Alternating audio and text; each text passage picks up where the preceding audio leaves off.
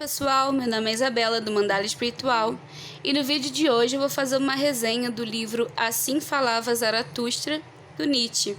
E já de antemão eu digo que é um livro que vale muito, muito, muito a pena ser lido. É uma recomendação com certeza. Esse livro ele foi feito entre 1883 a 1885 e ele é dividido em 4 partes. E o livro ele é uma crítica aos homens modernos, a seus valores. Ele estampa a hipocrisia da sociedade e traz muitas reflexões importantes. E é aquele tipo de livro que muda a sua vida por causa dos insights, das reflexões que ele traz. Na primeira parte, começa com o Zaratustra aos 30 anos indo se isolar nas montanhas. E aí ele passa 10 anos nutrindo seu espírito na solidão, até que uma manhã ele decide partilhar essa sabedoria que ele tanto acumulou. O que ele chama de descer às profundezas, ir para o mundo dos homens, que seria o mundo das profundezas, o declínio, pois ele tinha essa necessidade de doar. Então o Zaratustra ele é um eremita, né? o velho das montanhas, o que se isola em cavernas. E aí eu trago já a primeira citação. Pois bem, já estou farto de minha sabedoria, como a abelha que acumulasse demasiado mel. Sinto necessidade de mãos que se estendam para mim. E é aquilo, né? Como se fosse um copo de água que a água já está transbordando. Quando isso acontece dentro da gente, né? A abelha acumulando demasiado mel, a água transbordando. Então você doa. Então ele sente essa necessidade de doar. E aí tem essa segunda citação que eu trouxe, a conversa dele com o sol.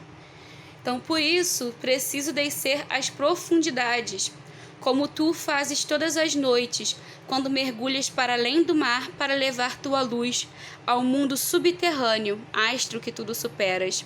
Como tu, preciso declinar, como dizem os homens, entre os quais pretendo descer. E aí nisso o Zaratustra ele vai para a sociedade e é como se a sua sabedoria fosse pérola jogada aos porcos. Que as pessoas ignoram o que ele diz, algumas caçoam do que ele diz, outras ficam com raiva do que ele diz, dos discursos dele, até que ele percebe que na verdade ele está fazendo errado. Ele não deve falar para qualquer um, ele deve falar para companheiros que desejam seguir ele, que escolham seguir ele. Então não é a multidão que Zaratustra deve falar, mas a companheiros. O Criador procura companheiros e não procura cadáveres e tampouco rebanhos e fiéis. O Criador procura criadores que colaborem com ele, esses que gravam valores novos em tábuas novas. E aí começam os discursos de Zaratustra. Eu vou trazer algumas reflexões bem importantes e famosas dessa primeira parte. A primeira são das 3 metamorfoses. Como o espírito se transforma em camelo, o camelo em leão e o leão em criança. Então, o camelo, que seria a maior parte da sociedade, né, é o espírito transformado em besta de carga. Tu deves. Então, a pessoa que só vai recebendo mais carga e mais carga da vida e vai transportando e nem sabe por quê. Na cabeça dela tu deves, eu devo. Então ela vai seguindo no automático. E aí tem o camelo que se transforma em leão. E o leão já é aquele que pretende conquistar sua liberdade. É o eu quero. O leão ele seria o conquistador, né? O guerreiro que abre caminhos. E tem o espírito do leão que se transforma em criança, que seria criar novos valores, recomeços. E aí eu trago uma citação, né, que mostra a diferença entre o leão e a criança. Criar valores novos é coisa que o leão ainda não pode, mas criar a liberdade para criar novamente, isso pode fazer a força do leão. E aí o próximo discurso que eu trago se chama Daqueles que desprezam o corpo, que é uma crítica que ele faz naqueles que acreditam no além e ignoram o corpo, né? O corpo seria apenas um veículo para a minha alma, na cabeça daquele que vive o além. Então eles têm essa fuga de viver no além e ignoram essa vontade de potência. E aí ele faz essa crítica, né? Aos que desprezam o corpo, quero dizer uma coisa. Aquilo que desprezam é o que faz com que eles sintam estima. Até em vossa loucura, em vosso desdém, desprezadores do corpo, servis vosso em si. Eu vos digo, é vosso em si que quer morrer e se afasta da vida. Por isso vos tornaste desprezadores do corpo, porque não podes mais criar acima e para além de vós mesmos. Também tem o discurso da virtude generosa, que é mais uma crítica também, né, que ele faz daqueles que se desprendem das coisas terrenas para viver no além. Meus irmãos, permanecei fiéis à terra com todo o poder de vossa virtude. Que vosso amor generoso e vosso conhecimento estejam a serviço da terra. Eu vos imploro e a isso vos conjuro. Não deixeis vossa virtude fugir das coisas terrenas e com suas asas bater contra muralhas eternas. Ai, tem havido sempre tanta virtude que em seu voo se extraviou. Então eu achei essa citação bem interessante também. E aí vamos para o discurso da segunda parte, né? Que a segunda parte começa com Zaratustra se isolando novamente na montanha e esperando, até que a alma dele começa já a ficar impaciente e ele sente esse desejo de novo de voltar à sociedade e partilhar seus conhecimentos. E aí começam novos discursos. E eu trago algumas citações que eu gostei nessa segunda parte. A primeira, criar. Este é o grande resgate do sofrimento e o que torna a vida mais leve. Mas para ser o Criador, são necessárias dor e numerosas metamorfoses. Eu gostei bastante, né? Tem uma coisa que eu aprendi, que tem certas coisas na vida que salvam almas, né? Uma é a espiritualidade, outra é a criatividade, esse poder de criação, de se conectar com a arte, e o trabalho também. O trabalho salva almas. É uma coisa que eu sempre falo, a mente vazia é a oficina do diabo. Então eu achei bem interessante essa citação. Segunda citação que eu trouxe: desde que há homens, o homem tem se divertido muito pouco. É somente esse, meus irmãos, nosso pecado original. E quando aprendemos a nos divertir melhor nos esqueceremos de fazer sofrer os outros e de lhes fazer o mal. Então, achei bem interessante isso também, né?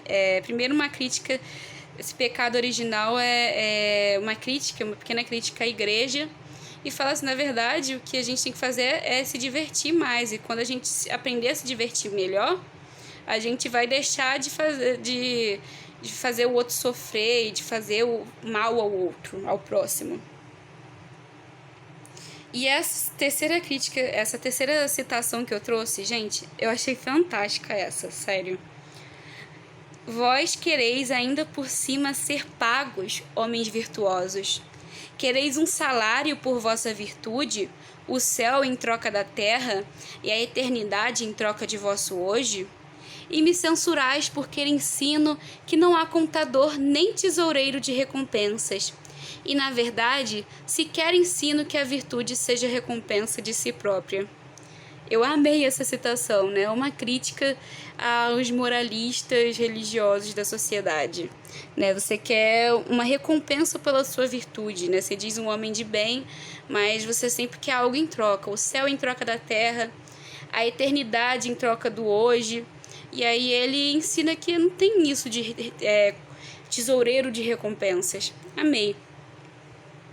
E aí nessa segunda parte também ele traz algo que o Nietzsche ele é bem famoso, né, que é a vontade de poder ou vontade de potência também, né, que tem uma citação, né, só onde há vida há vontade. E aí a vontade de poder, ela está muito atrelada também à visão do super-homem, que eu vou trazer também aqui, que é o livro do Zaratustra, ficou famoso também, né, sobre essa visão do super-homem. E está atrelada a essa vontade de poder. Vontade de poder seria, essa citação que vou ler aqui, eu acho que eu peguei no Wikipédia, se eu não me engano. Vontade de poder seria a principal força motriz dos seres humanos. Realização, ambição e esforço para alcançar a posição mais alta possível na vida. Então ele traz também isso. E aí a segunda parte termina com ele indo se isolar novamente depois de uma conversa com uma voz que eu acredito que seja a consciência dele, né, ou algo assim. E aí começa a terceira parte. E aí a terceira parte tem alguns discursos dele sozinho, outro dele em viagens. E aí eu trouxe alguns trechos dessa terceira parte, né? Primeiro, assim, ela ficou bem famosa sobre uma reflexão que ele trouxe sobre o eterno retorno, que seria o que está acontecendo, vai continuar a acontecer e se repetir infinitamente, ao menos que você mude o valor. Então, assim, se a gente tem um valor na sociedade, a mesma coisa vai acontecer e vai se repetir sempre, porque esse valor é o mesmo. Então, se você quer que algo mude, você tem que mudar o valor, você tem que criar novos valores. Então, é também algo fenomenal, né? Uma reflexão fenomenal. Então, a primeira citação que eu trago: para eles, o que modera e domestica é a virtude. Assim fizeram do lobo um cão e do próprio homem o melhor animal doméstico do homem. Então, gostei bastante, mais uma criticazinha, né? Nietzsche é famoso pela crítica à igreja, ao cristianismo, de uma forma geral.